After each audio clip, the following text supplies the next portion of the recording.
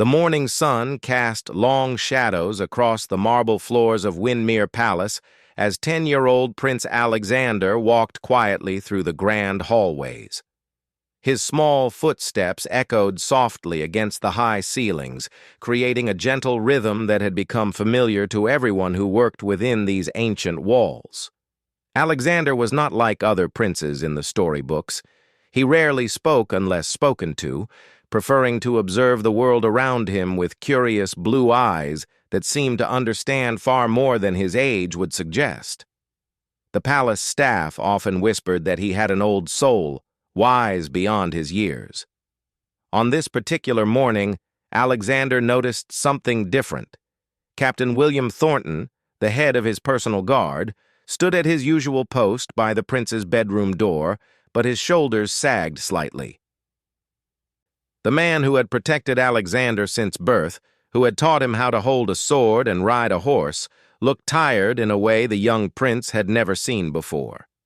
Alexander paused in the hallway, pretending to examine a painting of his great-grandfather, while he watched Captain Thornton from the corner of his eye.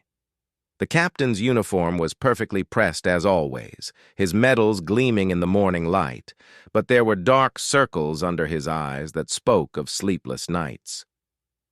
"Good morning, Your Highness," Captain Thornton said with his usual warm smile when he noticed the prince observing him. "Ready for your lessons today?" Alexander nodded politely, but something in the captain's voice sounded different. It was the same kind voice that had comforted him during thunderstorms and celebrated his small victories. But today it carried a weight that made the young prince's heart feel heavy. As they walked toward the library for Alexander's morning studies, the prince noticed other things too.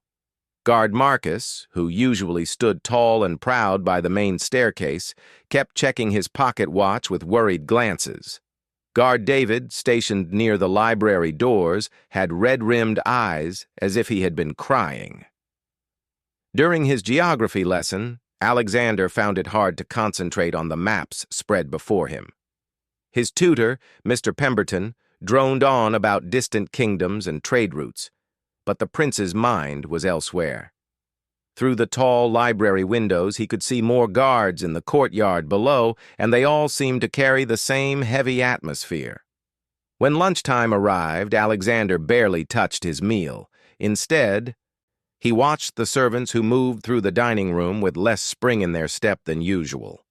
Even Mrs. Caldwell, the head cook who always had a cheerful word and an extra biscuit for him, seemed subdued when she came to check if he needed anything. "Is everything all right, Mrs. Caldwell?"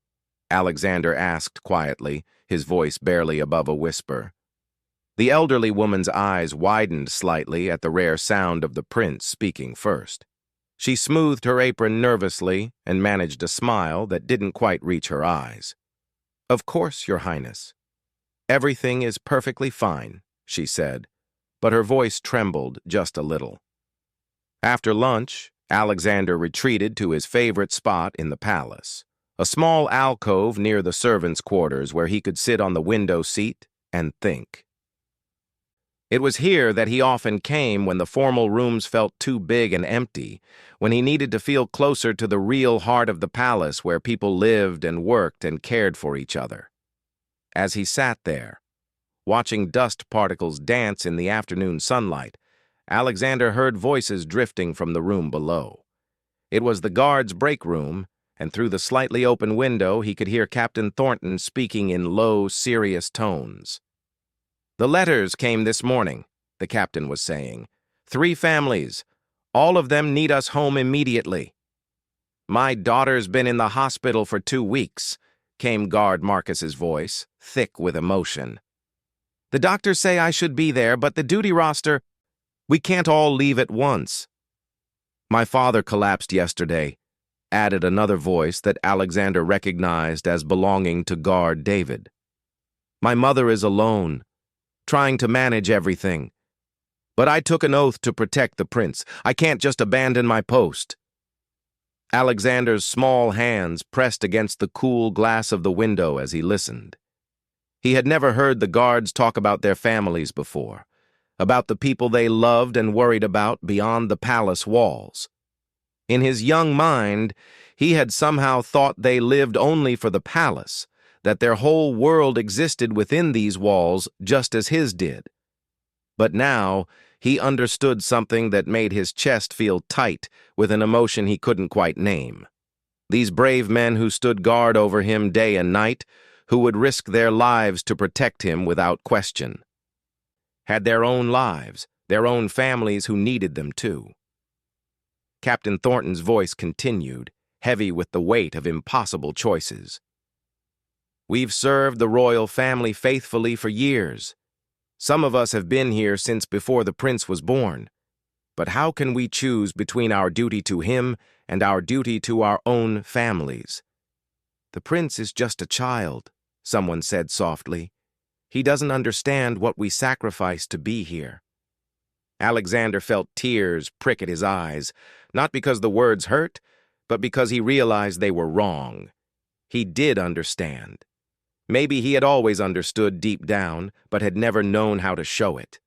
As the voices faded and the guards returned to their posts, Alexander remained at the window, his young mind working through thoughts that felt too big for his 10-year-old heart. He thought about Captain Thornton's tired eyes, about Guard Marcus checking his watch, about Guard David's tears. He thought about families he had never met, but who were waiting for their loved ones to come home. The afternoon stretched on, and Alexander found himself paying attention to details he had never noticed before. The way Captain Thornton glanced at his phone whenever he thought no one was looking. The way Guard Marcus stood a little straighter whenever Alexander walked by, as if trying to hide his worry. The way all of them maintained their professional smiles and respectful bows, even when their hearts were breaking. As evening approached and the palace grew quieter, Alexander made his way back to his room. Captain Thornton was there, as always, standing guard by his door. The captain smiled and wished him a good evening, but Alexander could see the sadness hiding behind his kind eyes. That night, as Alexander lay in his bed, listening to the familiar sounds of the palace settling around him, he made a decision. It was a quiet decision, made in the darkness of his room with only his own thoughts as witness. It was the kind of decision that would change everything, though he didn't fully understand how yet. He thought about the guards who protected him, who had become like family to him over the years. He thought about their real families, the ones waiting for them beyond the palace gates. And he thought about what it truly meant to be a prince, not just someone who lived in a grand palace and had people bow to him, but someone who had the power to make choices that mattered.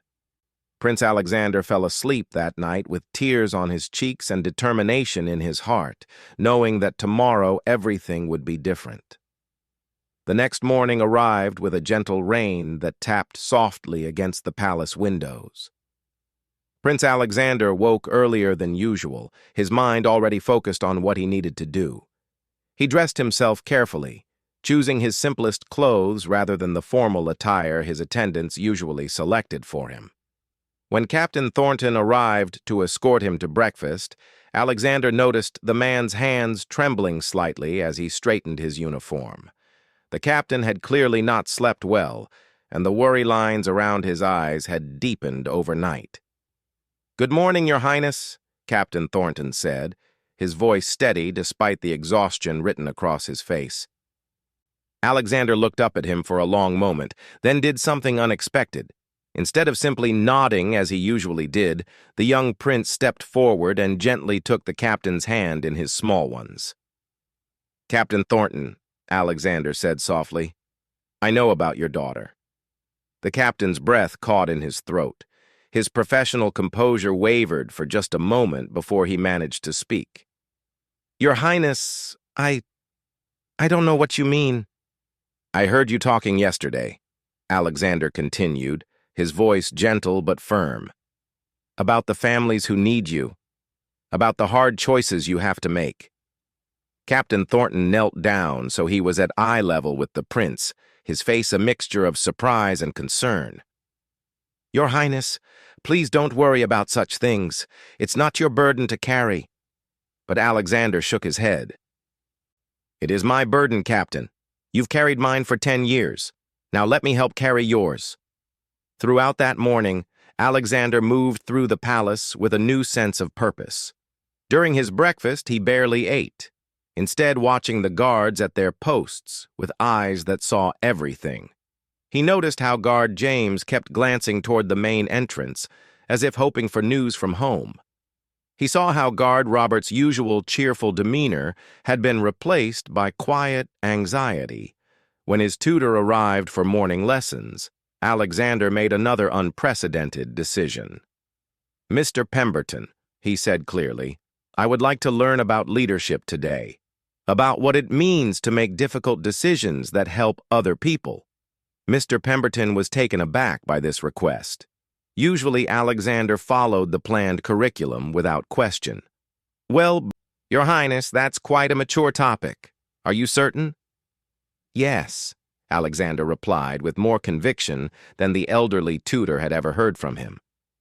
"I need to understand how to be the kind of leader who puts his people first." As they studied examples of great leaders throughout history, Alexander absorbed every word with unusual intensity. He learned about kings who had made personal sacrifices for their subjects, about rulers who had shown mercy and compassion, even when it was difficult. Each story seemed to strengthen his resolve.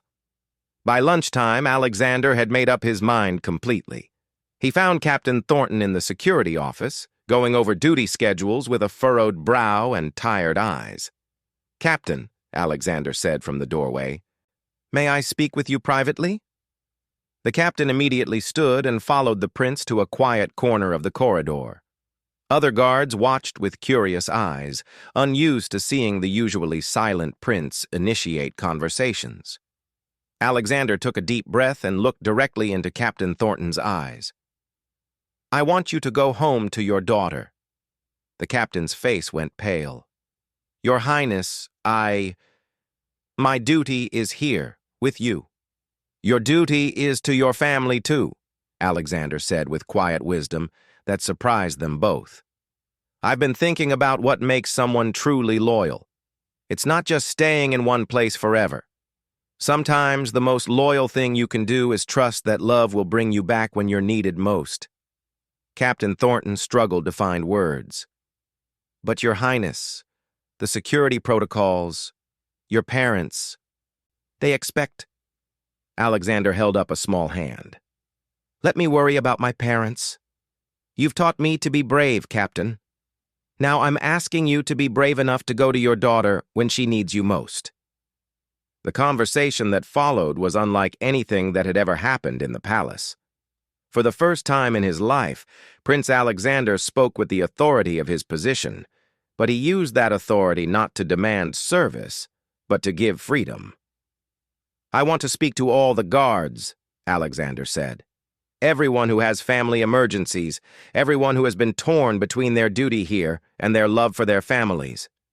Gather them in the main hall." Within an hour, 12 guards stood in the grand hall, their faces a mixture of confusion, hope, and fear. These were men who had served faithfully for years, who had never once complained or asked for special treatment despite their personal struggles. Prince Alexander entered the hall wearing his most formal attire, not because he wanted to appear important, but because he wanted them to understand that what he was about to say carried the full weight of his royal authority. He stood before them, this small 10-year-old boy, and for a moment, the hall was completely silent, except for the soft patter of rain against the tall windows. "I know about your families," Alexander began, his young voice carrying clearly through the room. "I know about sick children and aging parents. I know about the phone calls you can't answer and the tears you hide when you think no one is watching." Several of the guards shifted uncomfortably, unused to having their personal struggles acknowledged by the royalty they served. "You have all protected me faithfully," Alexander continued. "You have stood between me and any danger, taught me right from wrong, and shown me what honor looks like every single day. Now I want to show you what I've learned from your example. He paused, looking at each face in turn. "I am giving you all leave to go to your families, not as a punishment, not as a failure of duty, but as a recognition that love and loyalty work both ways. You have been loyal to me. Now I want to be loyal to you." The silence that followed was profound.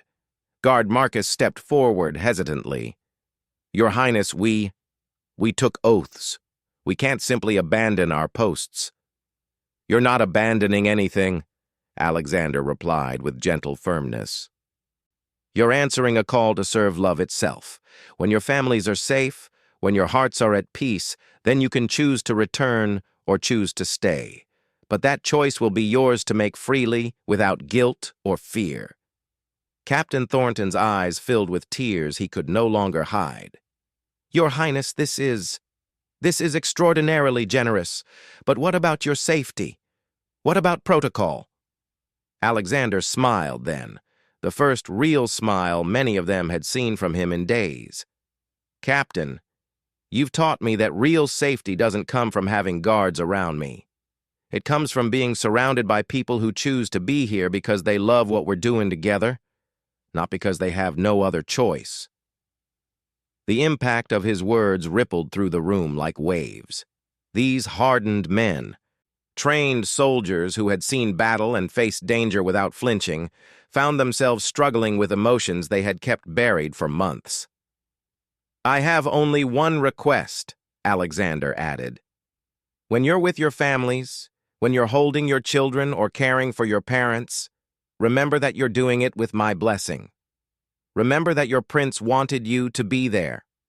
And if it helps them heal faster or sleep better, tell them that I wished I could be there too, to say thank you for sharing you with me." As the afternoon wore on, the palace transformed. Guards who had carried the weight of impossible choices for weeks suddenly found themselves free to pack bags, make phone calls, and prepare for journeys home. The sound of relief was almost tangible in the air. Captain Thornton was the last to approach the prince before leaving. "Your Highness, I don't have words for what this means to my family, to all our families." "Then don't use words, Captain," Alexander said simply. "Just go love your daughter. That's all the thanks I need." As evening fell, Prince Alexander stood at his bedroom window watching cars leave the palace grounds, carrying his guards toward their waiting families. The palace felt different now, quieter in some ways, but filled with a new kind of peace that came from doing what was right rather than what was expected. For the first time in his young life, Prince Alexander understood the true power of his position. It wasn't about making people serve him. It was about using his influence to serve others, to create space for love and healing in a world that often demanded too much from those who had already given everything. 3 weeks passed like a gentle spring, and the palace had never felt so alive, despite having fewer people within its walls.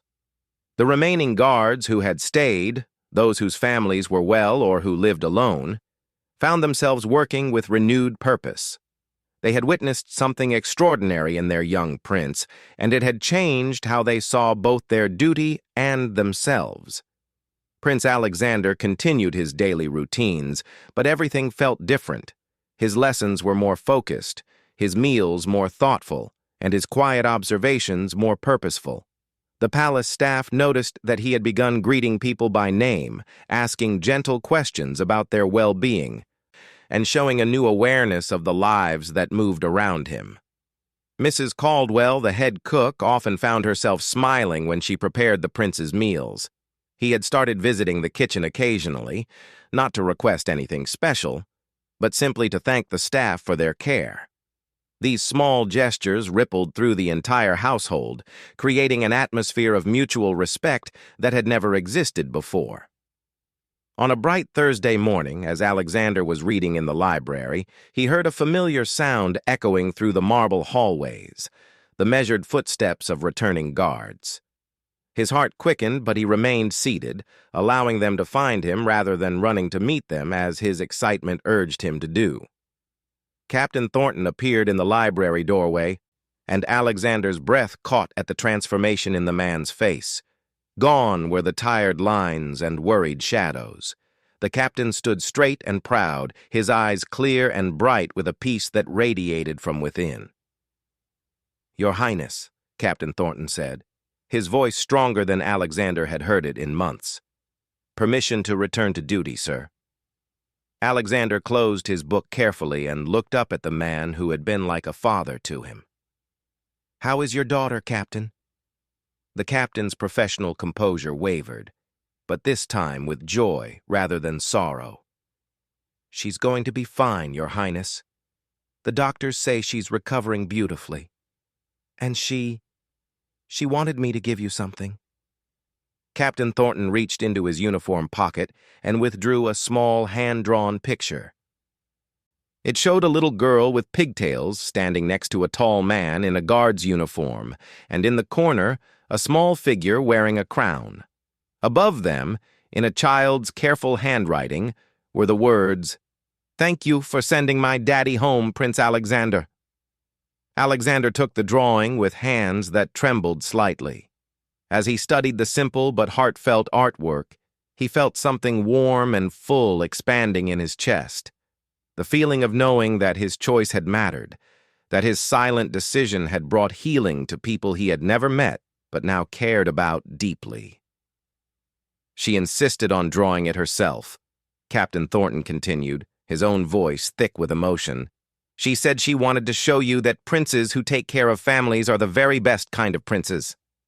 Over the following days, more guards returned. Guard Marcus came back with photos of his own daughter, now healthy and laughing, eager to show the prince how much better she looked. Guard David returned with a letter from his elderly father, written in shaky handwriting, thanking the kind prince who knew that some things are more important than duty. But not everyone returned, and Alexander understood this too. Guard Stephen chose to stay in his hometown, where his aging mother needed daily care. Guard Patrick decided to take a position closer to his family, while his wife battled a long illness. Guard Christopher found that his younger brother, struggling with his studies, needed his presence and guidance. Each departure was marked by a personal meeting with Prince Alexander, where these faithful men explained their choices and received not disappointment, but understanding and blessing. The prince listened to each story, asked thoughtful questions about their families, and sent them away with his genuine wishes for their happiness. The palace adapted to its new rhythm. Remaining guards took on additional responsibilities willingly, knowing that they served a prince who valued their humanity as much as their service. New guards were hired, but they were chosen not just for their skills, but for their character and their ability to understand that true protection came from loyalty freely given, not fear of consequences. Alexander's parents, the king and queen, initially expressed concern about the unprecedented changes their son had initiated. But as weeks passed and they witnessed the transformation in the palace atmosphere, the increased dedication of the remaining staff, the genuine smiles that greeted them in every room, and most importantly, the remarkable growth in their son's confidence and leadership abilities, they began to understand the wisdom in his decision. "He's becoming the kind of leader we always hoped he would be," the queen confided to her husband one evening as they watched Alexander in the garden, speaking earnestly with the head gardener about the man's grandson's upcoming graduation. The king nodded, pride evident in his eyes. "He's learned something that took me years to understand. Power is not about making people serve you. It's about serving the people who have chosen to follow you." One evening, 6 weeks after the guards had first left, Alexander found himself back in his favorite alcove near the servants' quarters. But this time, the voices drifting up from below carried laughter and easy conversation. The guards who had returned spoke of their prince with a devotion that was deeper than duty. It was love, respect, and gratitude combined. "He saw us as people, not just uniforms," he heard Guard Marcus saying. In all my years of service, I've never had a royal family member notice that I had a family of my own. My daughter keeps asking when she can meet the kind prince, came Captain Thornton's voice. She wants to thank him properly for understanding that daddies sometimes need to be with their little girls. Alexander smiled to himself, feeling a warmth that had nothing to do with the afternoon sun streaming through his window. He had learned something profound in these past weeks, that true leadership wasn't about being served, but about serving others. Not about demanding loyalty, but about earning it through compassion and understanding. As the months passed, the story of the young prince's silent choice spread throughout the kingdom. Other noble families began to examine their own treatment of their staff. The idea that servants and guards were people with families and needs of their own became a conversation that reached into every great house and castle. Prince Alexander continued to grow, but the most remarkable change was not in his height or his voice, but in his character. He became known throughout the land not as the silent prince, but as the prince who listened, who heard not just words, but the needs and hopes and fears that lived in people's hearts. Years later, when historians would write about the reign of King Alexander the Compassionate, they would trace his legendary leadership back to a single moment when a 10-year-old boy chose to value love over tradition, humanity over protocol, and service over being served. But for now, Alexander was simply a young prince who had discovered that the greatest power he possessed was the ability to set people free to love their families, and in doing so, he had created a loyalty that would last a lifetime. In the quiet halls of Windermere Palace, a silent choice had spoken louder than any royal decree, and its echo would resonate through generations. The guards who remained, the staff who served, and the prince who led them all understood something beautiful together, that true nobility came not from titles or wealth, but from recognizing the dignity and worth of every person whose life touched theirs. And in that recognition, they had found not just better service, but a better way to live.